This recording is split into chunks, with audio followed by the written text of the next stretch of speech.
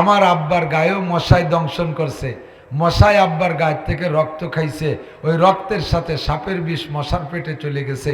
মশাগুলো বাপের গায়ের থেকে সাপের বাপের গায়ের থেকে সাপের বিষ মশার পেটে যাইয়া মশাগুলো মারা গেছে। আমার আব্বা এখন বিষক্রিয়া মুক্ত হইয়া সুস্থ হয়ে গেছে। যেরকম সুবহানাল্লাহ। আমি জানি আর না জানি এ মশাও আমাদের জন্য খাদেম। কথা বলেন ঠিক না? আরো বহুত ফিকির করলে খুঁজে পাওয়া যাবে। এক মশাকে কেন্দ্র করে আল্লাহ তাআলা লক্ষ লক্ষ মানুষের রুজি দিচ্ছে, জানেন তা? মশা যদি না হইতো তাহলে কয়েল, এই যে কয়েল বানায় মশার কয়েল, এর কারখানা কি হতো? এর কারখানায় হাজার হাজার মানুষ কর্মচারী আছে না নাই? এই মশা না হলে মশার কারখানা, কয়েলের কারখানা হতো না, আর সে জায়গায় হাজার হাজার মানুষ চাকরি করতো না, তাদের রুজির ব্যবস্থা অন্যভাবে করা লাগতো। এখান থেকে তাদের রুজি আসতেছে। মশার কারণে মশারির কারখানা বানাইছে, সে জায়গায় লক্ষ লক্ষ মানুষ কাজবাজ করে রুজি ইনকাম করে খাচ্ছে। আল্লাহ তাআলা এক মশারে কেন্দ্র করে দেন কত মানুষকে খাওয়ায়। যেগুলো চোখের সামনে হাতের মাথায় পাইছি তারই দুটি একটা কইলাম আর কি। এমন করে অসংখ্য নিয়ামত আল্লাহ বানায় রাখছে, আমরা জানি না। কথা ঠিক কি ঠিক না? শুকর আদায় করে নেই আলহামদুলিল্লাহ। এই নিয়ামত রাজির মধ্যে থেকে আর একটা নিয়ামত আল্লাহ তাআলা আন্তর্জাতিক খ্যাতি সম্পন্ন বালা করোনা, এর ভিতরে আমাদেরকে বাঁচায় রেখেছেন, সুস্থ রেখেছেন। বলেন আলহামদুলিল্লাহ। কত লক্ষ লক্ষ মানুষ, কোটি মানুষের উপরে মারা গেছে, এখনো বলে মরতেছে করোনায়। আল্লাহ আমাদের বাঁচায় রাখছে, আবারও বলি আলহামদুলিল্লাহ। তো যত মখলুক সৃষ্টি করেছেন, সমস্ত মখলুকের মধ্যে আশরাফুল মখলুকাত মানুষ। আশরাফ মানে শ্রেষ্ঠ, সম্মানী, দামি, মর্যাদা সম্পন্ন, সর্বশ্রেষ্ঠ প্রাণীর নাম কি? একটু মুখে বলেন, আপনি কি? আপনি কি মানুষ? তাহলে বলেন আলহামদুলিল্লাহ। আল্লাহ পাক আমাদেরকে মানুষ বানাইছে, শুকর আদায় করি আলহামদুলিল্লাহ। মানাবুদেম ওয়া তাকাজায় মানাবুদ লুৎফে তু না গুপ্তায়ে মামি সনুদ আদমিয়ত দাদাই বাজম মুসলমা কর দাই আয় খুদা কুরবা সওয়াম ইহসাব রেহসা কর দাই। আয় আল্লাহ, আমি ছিলাম না, তুমি আমারে বানাইছো, বানাইয়া আবার অন্য কোন মখলুক বানাও নাই, তুমি আমারে মানুষ বানাইছো। ইচ্ছা করলে শিয়াল বানাইতে পারতা, ইচ্ছা করলে কুকুর বানাইতে পারতা, ইচ্ছা করলে শুকর বানাইতে পারতা, অন্য কোন বন্য পশু প্রাণী না বানাইয়া আমারে তুমি মায়া করে দয়া করে মানুষ বানাইছো।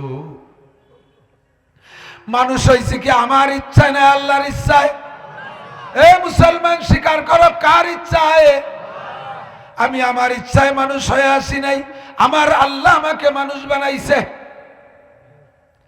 এবার মানুষের মধ্যে দুই প্রকারের মানুষ, সভ্য মানুষ আর বন মানুষ। বন মানুষ আছে না নাই? আফ্রিকার জঙ্গলে থাকে বন মানুষ। সেম কোয়ালিটি মানুষ, গায়ে তাদের বড় বড় লোম, তাদের মধ্যে সামাজিকতা নাই, তাদের ভিতরে সভ্যতা নাই, তাদের মধ্যে আদর্শের কিছুই নাই।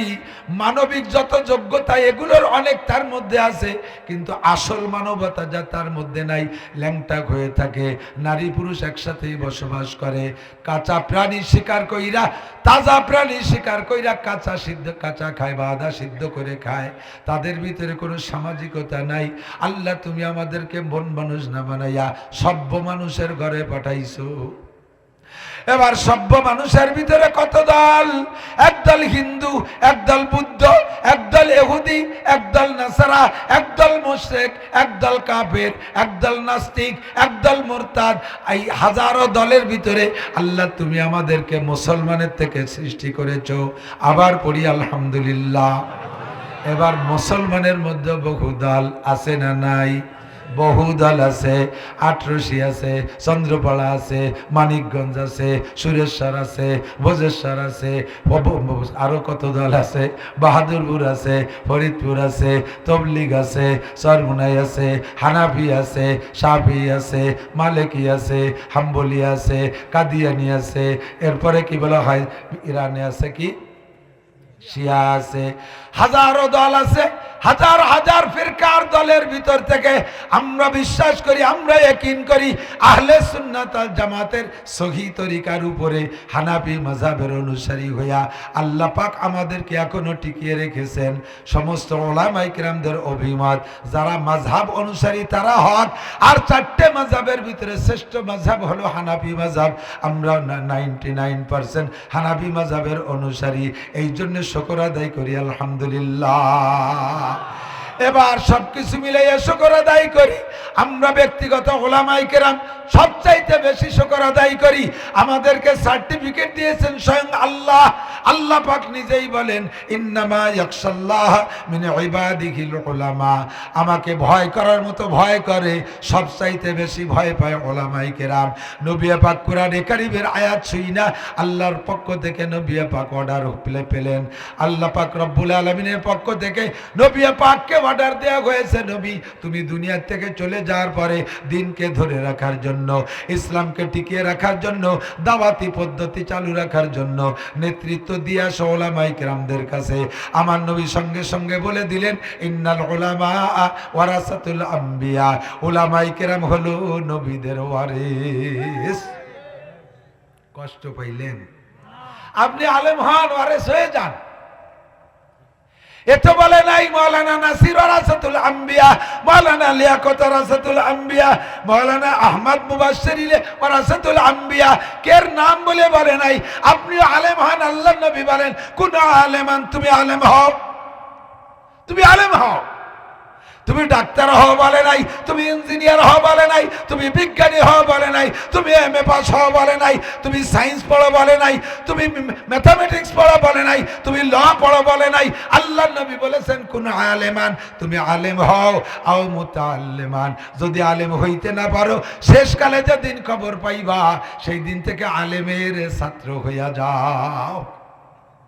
আলেম হও, নইলে আলেমের ছাত্র হও, তাও তোমার সম্মান হবে। আর মুস্তামিয়ান অথবা উলামায়ে কিরাম বয়ান করবে, তাই শোনো, আলেমদের বয়ান শোনো। আও মুহিব্বান, নইলে কমপক্ষে শোনারও যদি সময় না পাও রে বন্ধু, পালায় পালায় লুকায় লুকায় দূরে দূরে থাইকেও হলো আলেম উলামার সাথে মহব্বত ঠিক রাখবা। আমান কি বলা হয়, আল্লাহ নবী বলেন আলমার ও মান আহাব্বা, যার সাথে যার মহব্বত তার সাথে তার কিয়ামত। নবী পাক বলেন উলামায়ে কিরামের সাথে তোমার কিয়ামত হইলে লাভ কি? আল্লাহ নবী বলেন ইয়াসফাউ ইয়াউমাল কিয়ামাতে সালাসা, কিয়ামতের ময়দানে তিন শ্রেণীর মানুষ সুপারিশ করতে পারবে। কয় শ্রেণীর? জোর হলো না? সুপারিশ করবে। সুপারিশ কইরা নেবে কোন জায়গায়? জান্নাতে না জাহান্নামে? জাহান্নামীদেরকে সুপারিশ কইরা জান্নাতে নেবে তিন শ্রেণীর মানুষ। এক নম্বরে আল আম্বিয়া, এক নম্বরে নবীরা উম্মতকে সুপারিশ করে জান্নাতে নেবে। দুই নম্বরে আল উলামা, উলামায়ে কেরামকে আল্লাহ পাক রব্বুল আলামিন পাওয়ার দিবেন। ও উলামায়ে কেরাম নামো, তোমার সাথে যার ভালোবাসা ছিল, তোমার সাথে যার সম্পর্ক ছিল, তোমার ময়দানে বসে যারা বয়ান শুনতো, তোমার ওয়াজ যারা শুনতো, তোমার ক্লাসে বৈশা যারা ছাত্র হয়ে বসে থাকতো, পর্দার আড়ালে নারীরাও ছাত্র হয়ে বসে থাকতো, বয়ান বক্তৃতা শুনতো, তারা কে কোন হালাতে আছে খবর নাও। হাসরের মাঠে তাদেরকে ডাইকা ডাইকা গুছাই নিয়ে আসো। ইউসফাউলাহুম, তোমার সুপারিশ গ্রহণ করা হবে। ফাইদুখালুহুমুল জান্নাহ, তাদেরকে জান্নাতে দেওয়া হবে। তিন নম্বরে আশ-শুহাদা, শহীদ যারা হবে তারা জান্নাতি। আর শহীদরা লক্ষ লক্ষ মানুষকে সুপারিশ করে জান্নাতে নেবে। জোরে কান সুবহানাল্লাহ। তাই বলে আমার আপনার হাত বানায়নি শহীদ না। এক জায়গায় ব্যানারে লেখা দেখি, সাইনবোর্ডে লেখা দেখি শহীদ গয়েশ্বর চন্দ্র, শহীদ হরিপদ। এ হরিপদ ইয়ে কোনদিন শহীদ হতে পারে? কথা কর না কে? এক নম্বরের শহীদের জন্য শর্ত ঈমান থাকতে হবে। ইসলামের জন্য, ইসলামের পক্ষ যদি কোনো হিন্দু মুসলমানদের পক্ষ হইয়া কাফেরের সাথে লড়াই করিয়ে হিন্দু হিন্দু থাকা অবস্থায় মারা যায়, তবুও সে শহীদ হবে না, এক সেকেন্ডও সে জান্নাতে যাবে না। বুদ্ধ খ্রিস্টান মুসলমানের পক্ষে কাফেরের মোকাবেলায় লড়াই করে যদি মারা যায়, সে যদি ওই যুদ্ধের ময়দানে মুসলমানদের পক্ষে লড়িয়েও যদি মারা যায়, বেঈমান হওয়ার কারণে 1 সেকেন্ডও জান্নাতে যাবে না। ঈমানটা বহুত বড় দামি জিনিস, কথা বলেন। এই জন্য নবী বলেন আখলিস দীনকা ইয়াকফিকাল আমালুল কলিল, তোমার ঈমানকে খাঁটি করো, অল্প আমলই নাজাতের জন্য যথেষ্ট হইবে। হে বন্ধু, 2.5 থেকে 3 লক্ষ নবী রাসূল দুনিয়ায় পাঠিয়েছেন, সবাই সুপারিশ করবে, তবে সবচাইতে বেশি সুপারিশ করবে আমার নবী, আপনার নবী। জোরে বলেন ঠিক কি ঠিক না? বিশ্বাস হয়? হাসরের মাঠে পায়ের নিচে জমিনটা থাকবে পোড়া তামার মতো লাল টকটকে। লোহা পোড়া দিলে, তামা পোড়া দিলে অবস্থাটা কেমন হয়? অরিজিনাল আগুনের চাইতে কিন্তু পোড়া লোহা বেশি বিপজ্জনক। কতক্ষণ মোমের আগুন শীষবে উঠে যায়, ল্যাম্প কুপি আলগা বাতি জ্বালাইলে, এখন তো তা নাই। আগে ওই যে কেরোসিন তেলতে বাতি জ্বালাতো না, আলগা কুপি কয় নাকি বলেন? ওর শীষবে আগুন উঠে গেছে, ওর ভিতরে দ্রুত হাত টেনে নেবেন, দেখবেন হাতের একটা লোমও পড়ে নেই। কিন্তু কর্মকারের দোকানের পোড়া লোহা লাল টকটকে হয়ে গেছে, ওর গায়ে আপনি যত তাড়াতাড়ি হাত মেরে ফিরে আনেন, 1 সেকেন্ডে 60 ভাগ করিয়া, তার 1 ভাগ টাইমও যদি লোহার গায়ে দেন, মাইরে দিয়ে ফিরে আনেন, খালি হাতে আসতে পারবেন না।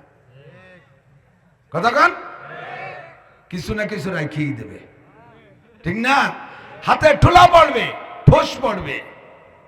অথচ তাজা আগুনের চাইতে পোড়া লোহা, পোড়া তামা বেশি বিপজ্জনক। হাসরের মাঠে মাঠটা হবে পোড়া তামার মতো লাল টকটইকা। এটা এমনি লাল হবে না, সূর্যের তাপে গরম হইয়া লাল হবে। সূর্যটাকে উল্টিয়ে দেওয়া হবে, মানুষের মাথার 4 আঙ্গুল উপরে সূর্য থাকবে।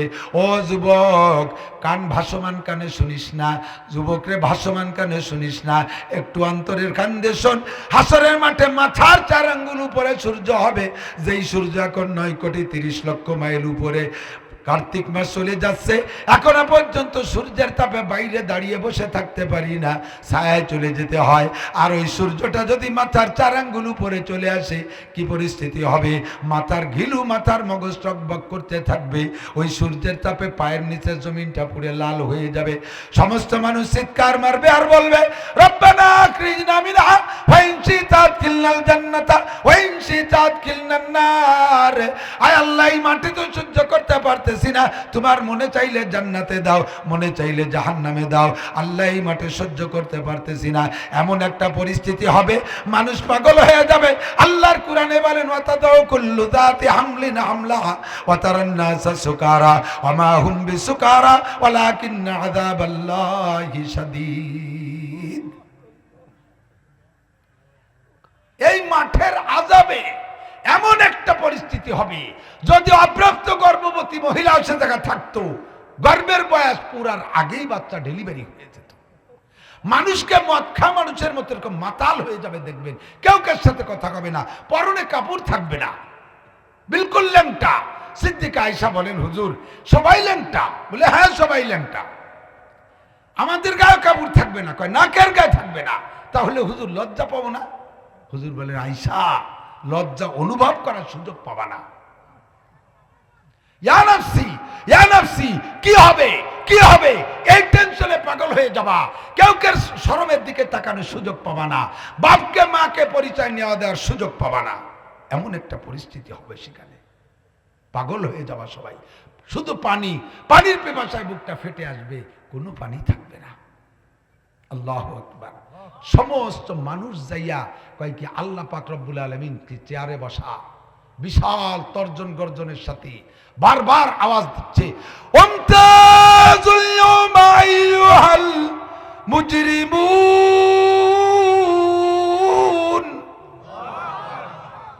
আল্লাহ বারবার ডাক দিচ্ছে, এ গুনাহগার বের হ, মদ করবে রহ, গাঁজা করবে রহ, ইয়াবা করবে রহ, জিনা করবে রহ। ফেসবুকে একটা ছবি দেখছিস, তারা এখানে বসে থাকতে পারবি না। সুদখোর যারা, ঘুষখোর যারা, চোর ডাকাত, লুচ্চা বদমাইশ, বেঈমান, কাফের, মুশরিক, বের হ। আল্লাহর এই বিশাল তর্জন গর্জনে মানুষ দিশাহারা হয়ে যাবে। আল্লাহর সাথে কে কথা বলবে, কে একটু বলবে যে আল্লাহ একটা ফয়সালা করো। সবাই যে দৌড়াইয়া বাবা যে আদম আলাইহিস সালামের কাছে যাবে, যে বলবে ইয়া আদম আনতা আবুনা আনতা আবুল বাশার, আব্বাজান আপনি তো আমাদের সকলেরই বাপ, গার্জিয়ান হিসেবে মুরব্বী হিসেবে আল্লাহর একটু ঠান্ডা অতি কর, মনের কথা দুটো খুলিয়ে কই। নইলে আপনি নিজেই কোন ছেলে মেয়ে সম্পর্কে বাপের তো দায়িত্ব আছে। আদম আলাইহিস সালাম কয় বাপ আমি নিজেই দুশ্চিন্তার মধ্যে আছি, আমি তোকে কথা যে কব, আমি গেলে যদি আল্লাহ যদি কয় যে তুমি গন্ধম খাইলি কেন, তোমার জান্নাতে দিলাম তুমি গন্ধম কেন খাইলা, এই কেন কে জিজ্ঞেস করলে আমার আর কিছু বলার থাকবে না, আমারে নিয়ে আবার টানাটানি লাগবে, তোকে কথা আমার বলার কায়দা থাকবে না। তাহলে যাবো কোন জায়গা? কয় আউয়ালুর রাসূল নূহ আলাইহিস সালামের কাছে যা। ওই যে নূহ আলাইহিস সালাম বিশাল সম্মানী, সারা দুনিয়াকে ধ্বংস করে দিয়ে তাকে নৌকার ভিতরে ৮০ জন মানুষ দিয়ে বাঁচায় রেখেছিল। উনার বড় ফজিলত, প্রথম রসুল উনি, উনার কাছে যাও। সবাই যে আদম নূহ আলাইহিস সালামকে, নূহ আলাইহিস সালামের আর একটা উপাধি হলো আদমে সানি, দ্বিতীয় আদম বলা হয় নূহ আলাইহিস সালামকে। আব্বা জান আপনিও তো আদমের সানি, আপনি তো আল্লাহরে কন। নূহ আলাইহিস সালাম বলবে বাবা আমি মাফ চাই, এ ব্যাপারে আমি পারবো না, কারণ আমি যখন নৌকায় উঠি তখন আল্লাহ আমারে বলছে তোমার পরিবারের সকলকে উঠাও। আমি আমার ছেলে কেনানকে আমার পরিবার ভুক্ত মনে করে তারে নৌকায় উঠানোর জন্য চেষ্টা করছিলাম, এইটা আমার ভুল হয়ে গেছিল। আল্লাহ পাক আমারও বললেন ইন্নাহু লাইসা মিন আহলিক, ওই কেনান তোমার পরিবার ভুক্ত নয়, তোমার পরিবার ভুক্ত ওই বাংলাদেশের একজন হতে পারে, তোমার পরিবার ভুক্ত আমেরিকার একজন হতে পারে যদি সে মুমিন হয়, আর তোমার সন্তান হয়ে যদি কাফের হয় তাহলে তোমার পরিবারের অন্তর্ভুক্ত নয়। তুমি তারে নৌকায় উঠতে কেন কইলা? এই কেনর জব যদি আইস দিয়া লাগে তাহলে আর আমি তোমাকে কথা বলার সময় পাবো না, তোমাকে চিন্তা তোমরা করো, দেহ আর কেউ পাও নাকি? যাও তোমরা আর একটা লোকের কাছে যাইতে পারো, তিনি হলো মুসলিম জাতির পিতা ইব্রাহিম খলিলুল্লাহ আলাইহিস সালাতু ওয়াস সালাম, আল্লাহর ক্লোজ ফ্রেন্ড, নিকটতম বন্ধু। উনার কাছে বললে কাজে আসতে পারে। সব দৌড়ে চল, মানে পাগল হয়ে গেছে তো, কোন জায়গা গেলে জায়গা পাওয়া যায়, কোথায় গেলে ঠাই পাওয়া যায়, সব দৌড়ে আসবে আদম ইব্রাহিম আলাইহিস সালামের কাছে। আব্বা জান আপনি মুসলিম জাতির পিতা, আল্লাহর কাছে একটু সুপারিশ করেন আমাদের সম্পর্কে। ইব্রাহিম আলাইহিস সালাম কয় বাবা আল্লাহর রাস্তায় আমারে মাফ করো, আমি 3টে মিথ্যে কথা কইছি, সেই চিন্তে আমি মরে যাচ্ছি, যে সেই 3 মিথ্যে কথার বিচার যদি আইস কি হয় তাহলে আমারে নিয়ে চিনতে আমি ছাড়াই যেতে পারবো না, তোমাকে কথা বলার সময় হবে না, কাজে আমার দ্বারা সম্ভব না, তোমরা চলে যাও। মূসা আলাইহিস সালামের কাছে উনি কালিমুল্লাহ, লাগাতার 40 বছর আল্লাহ তাআলা তার সাথে সরাসরি কথা কইছে, কোনো মিডিয়া ছাড়া ফোন টোন টেলিফোন টোন কিচ্ছু ব্যবহার করে নাই, সরাসরি কথা বলছে যে মূসা আলাইহিস সালামের সাথে তার একটা পার্সোনালিটি আছে। সবাই যে বলবে মূসা কালিমুল্লাহ আপনি একটু আল্লাহর কাছে বলেন। উনি কয় বাপ আমি মাফ চাই সবচেয়ে বেশি, আমি মার্ডার কেসের আসামি, ফিরাউনির বাবর ছেড়ে 100 দিয়ে মারি ফেলছি, সে কেস আইজও চলতেছে, ওইটার বিচার দুনিয়ার থেকে হই নাই। আমি যদি সেই মার্ডার কেসের বিচারে দাঁড়াইতে হয় আজকে, আল্লাহ যদি কয় তুমি 100 দিয়ে মারলে কেন, সেই কেনর জব দিতে দিতে আমার জান শেষ, বাবা আমি মাফ চাই। তোরা দেখ ঈসা রুহুল্লাহর কাছে যা, ঈসা আলাইহিস সালামের কাছে যা, উনাকে আল্লাহ তাআলা দুনিয়ায় বাপ ছাড়া ডাইরেক্ট মারিয়ামের পেটের ভিতরে ঢুকাই দিয়ে পাঠাইছে। উনার একটা মর্যাদা আছে আলাদা, উনার উম্মত যখন উনার সাথে শত্রুতাই করছে আল্লাহ তাআলা কয় ওয়ারাফানাহু মাকানান আলিয়া, আমি আমার ঈসারে আসমানের ঘরে উপরের ঘরে তুলে নিলাম, উনার একটা সম্মান আছে, উনার কাছে যাও। সব দৌড়ে যাবে ঈসা আলাইহিস সালামের কাছে। ঈসা আলাইহিস সালাম আপনি একটু কোন, সব নবী ব্যর্থ, সব নবী ফেল, আপনি একেবারে শেষের দিকে চলে আসছেন, আপনি ছাড়া আর কোনো বিকল্প ব্যবস্থা নেই। ঈসা আলাইহিস সালাম বলবে আমার ওই জাতীয় কোনো সমস্যা নেই, আমার একটা সমস্যা হলো আমার উম্মত আমারে বেশি ভালো জানতে যাইয়ে আমারে গলা টিপে মারছে। কি করছে? কয় আমারে আল্লাহর ছেলে কয়, আমি বলে আল্লাহর ছেলে, অথচ আল্লাহকে কুল হুয়াল্লাহু আহাদ পড়েন, আল্লাহুস সামাদ লাম ইয়ালিদ ওয়া লাম ইউলাদ ওয়া লাম ইয়াকুল লাহু কুফুয়ান আহাদ। আমার আল্লাহকে থেকে জন্ম না, আল্লাহ থেকে কেউ জন্ম নেয় না। ক্বালাতিন নাসারা মাসীহ ইবনুল্লাহ, এই নাসারারা কয় আমি নাকি আল্লাহর ছেলে, আমার মা মারিয়াম বলে আল্লাহর স্ত্রী, এমন একটা জঘন্য অপবাদ আমার নামে দিয়ে রাখছে, আমি এই লজ্জাতে আল্লাহর সামনে যাইতে পারবো না। ঈসা আলাইহিস সালাম নিজে কয় ইন্নী আব্দুল্লাহ, আমি আল্লাহর বান্দা। আমাদের দেশে খ্রিস্টান আছে নাকি? মাদারীপুর খ্রিস্টান আছে? আছে নাকি? আছে। তাদের দাবি ঈসা আলাইহিস সালাম বলে আল্লাহর ছেলে, জোরে কর নাউজুবিল্লাহ।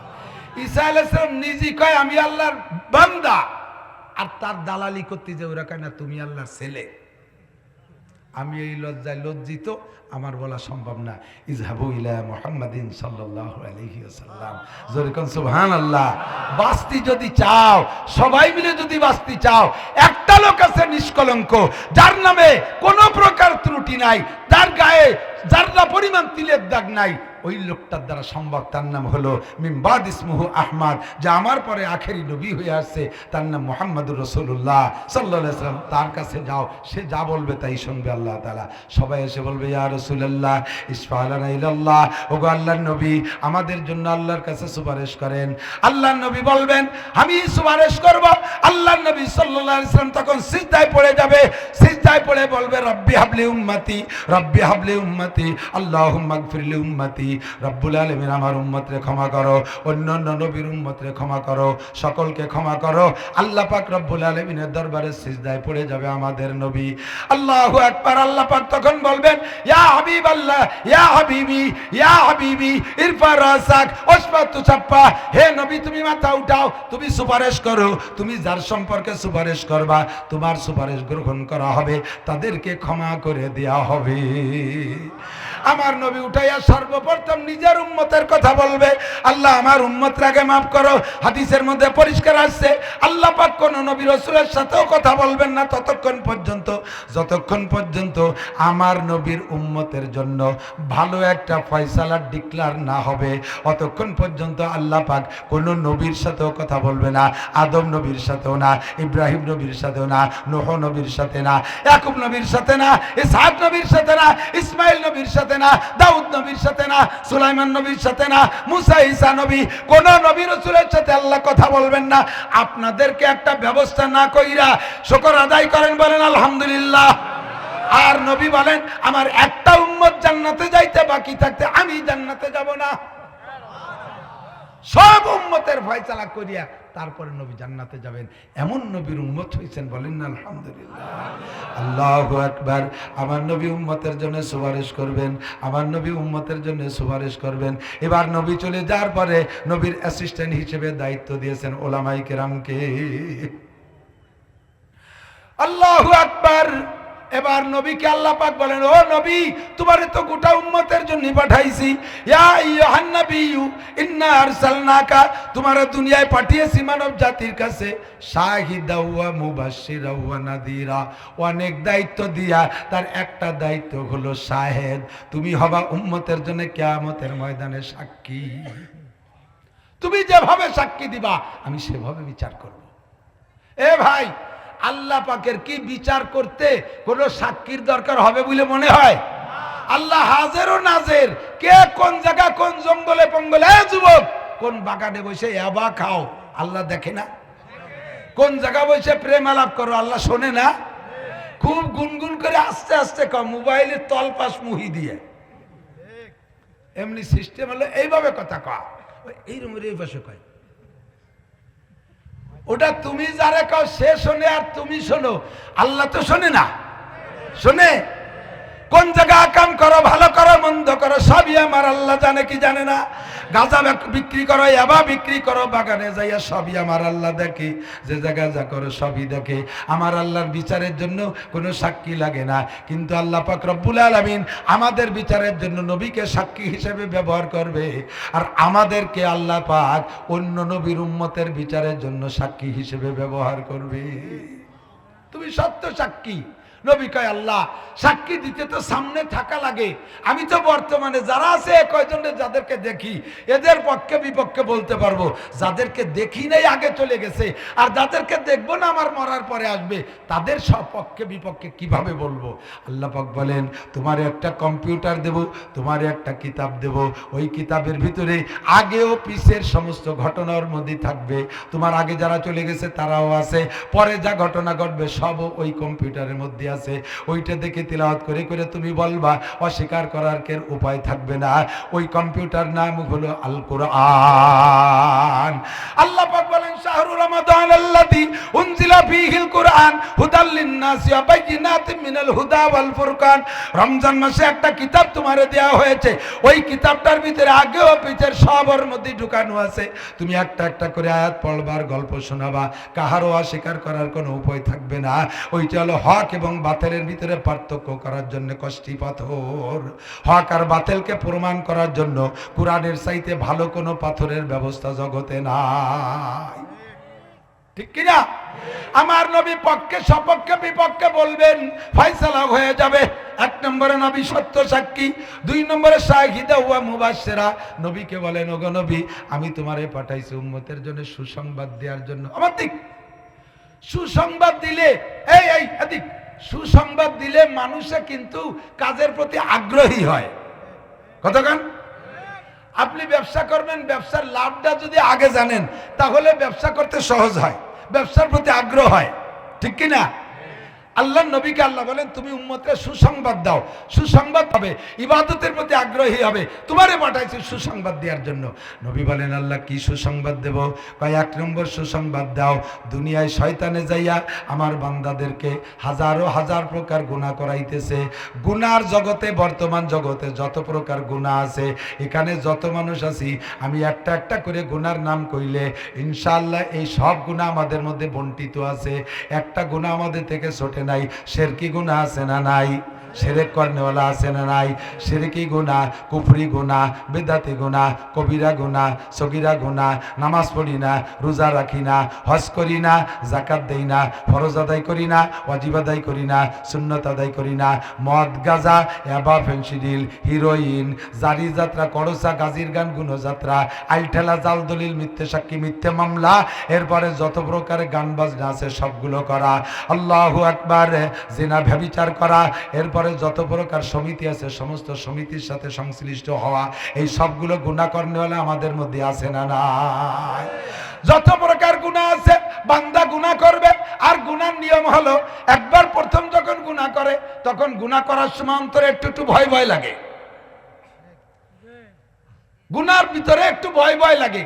করতে করতে ওই গুনাহটা করার পরে যদি কোনো রিয়াকশন না আসে, একবার জিনা করে ভয়ে ভয়ে যদি জিনার কারণে কোনো রিয়াকশন না আসে, সমাজে ধরা না পড়ে, বিচারের সম্মুখীন না হয়, কোনো মারাত্মক রোগে রোগাক্রান্ত না হয়, তখন ভিতরে সাহস আছে, তাহলে জিনা করলে তো অসুবিধা হয়নি, একবার তো করলাম, তা আরেকবার করি, আরেকবার করিও দেখি কোনো বিপদ আসে না।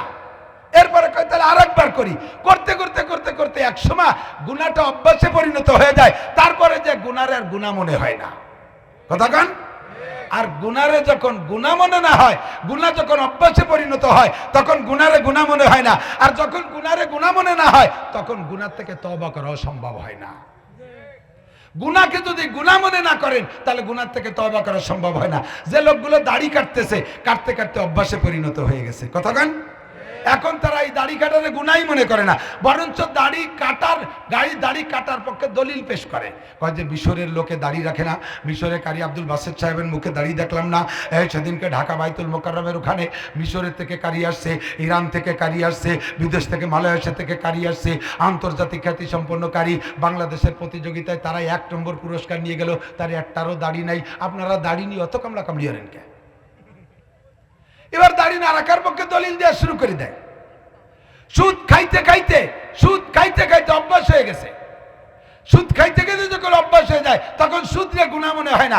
ঘুষ খাইতে খাইতে যখন গুনাহ মনে হয়, তখন ঘুষরে গুনাহ মনে হয় না। বেপরদা করতে করতে অভ্যাস হয়ে গেছে, বেপরদারে গুনাহ মনে হয় না। কথা বলেন ঠিক কি ঠিক না? গুনায় অভ্যাস হয়ে গেলে আর গুনারে গুনাহ মনে হয় না, তখন ওই গুনার বোঝা হয়ে যায়। হঠাৎ করে যখন একদিন অনুশোচনা অনুভূতি আসে, আরে আল্লাহ সর্বনাশ করছি, সর্বনাশ পিসাবের মাহফিলে গেছে, তবলিগের কোনো বয়ানে শুনছে, চণ্ডীবদ্দির পিসাবের বয়ানে কান্নাকাটির বয়ান শুনছে, ওই বাহাদুরের পিসাবের কান্নাকাটির বয়ান শুনছে, মুফতি আব্দুল গফফার সাহেবের বয়ান কান্নাকাটির ভিতরে বসছে, তখন ভিতরে আতঙ্ক আসছে, সর্বনাশ করছে, কাজটা করছি কি, আমি তো গুনার জগতে কিচ্ছু ছাড়ি নাই। এখন ভয়তে চিন্তা করতেছে যে তাহলে আর আমার গুনাহ মাপের কোনো সুরত নাই। এই সময় শয়তানও বুদ্ধি দেয়, তোর আর উপায় নাই, তোর বাঁচার কোনো উপায় নাই, তোর কোনো উপায় নাই, তোর যে পরিমাণ গুনাহ করছিস এই কি আল্লাহ মাফ করে নাকি? তখন মানুষে আরো বিচলিত হয়ে যায়, আরো নষ্টের দিকে হয়ে চলে যায়। নবী পাককে আল্লাহ পাক বলতেছেন, বলে দাও কুল, হে নবী তুমি উম্মতরে বলে দাও, ইয়া ইবাদি, ইয়া ইবাদি, হে আমার বান্দারা। আল্লাহ পাক নবীকে বান্দা বলে ডাক দিয়েছেন, আমাদেরকে আল্লাহ বান্দা বলে ডাক দিয়েছেন। বড় মায়ার ডাক, বড় ভালোবাসার ডাক। কেউকে যদি দূরে সরাইতে হয় তাহলে তারা আমার বাংলা ভাষায় সম্বোধন শব্দ আপনা আপনি, যদি তার চেয়ে একটু নিকটে মনে করা হয় তাহলে তুমি তুমি করে বলা বলি হয়। একেবারে মোহাব্বত যা করে যারে, সবচাইতে আপন যারে জানে তারে তুই তুই করে ডাকে, তারে তুই তুই করে ডাকে। আল্লাহ পাক সম্বোধনের অনেক শব্দ জানেন, আল্লাহর ভাষার অভাব নাই। আল্লাহ তার ভিতরে সবচাইতে প্রিয় ভাষা ব্যবহার করছে, হে আমার বান্দারা, হে আমার বান্দিরা, হে আমার পাগলরা, লা তাকনাতু মির রাহমাতিল্লাহ, আল্লাহর রহমত থেকে নিরাশা হইস না। ইন্নাল্লাহা ইয়াগফিরুদ যুনুবা জামিয়া। নবীকে বলতেছেন কুল, নবী তুমি বলে দাও, ইয়া ইবাদিয়াল্লাযিনা আসরাফু আলা আনফুসিহিম, হে আমার বান্দারা যারা নফসের পর জুলুম করেছো, জিনা করে জুলুম করেছো, ব্যভিচার করে জুলুম করেছো, হাজারো গুনাহ করে জুলুম করেছো, তুমি শুধু শিরকি গুনাহ যদি না করো, শিরকি গুনাহ যদি তুমি না করো, আর কুফরি গুনাহ যদি তুমি না করো, আল্লাহ পাক বলেন ইন্নাল্লাহা লা ইয়াগফিরু আন ইউশরাকা বিহি ওয়া ইয়াগফিরু মা দুনা যালিকা লিমান ইয়াশা। শিরকের গুনাহ আর কুফরি গুনাহ যদি তোমার আমলনামায় না থাকে, আর যত গুনাহ তুমি করো না কেন, সাধারণ একটা ভালো কাজ দেইকা আল্লাহ তাআলা তোমার সমস্ত গুনাহ মাফ করে দেবে।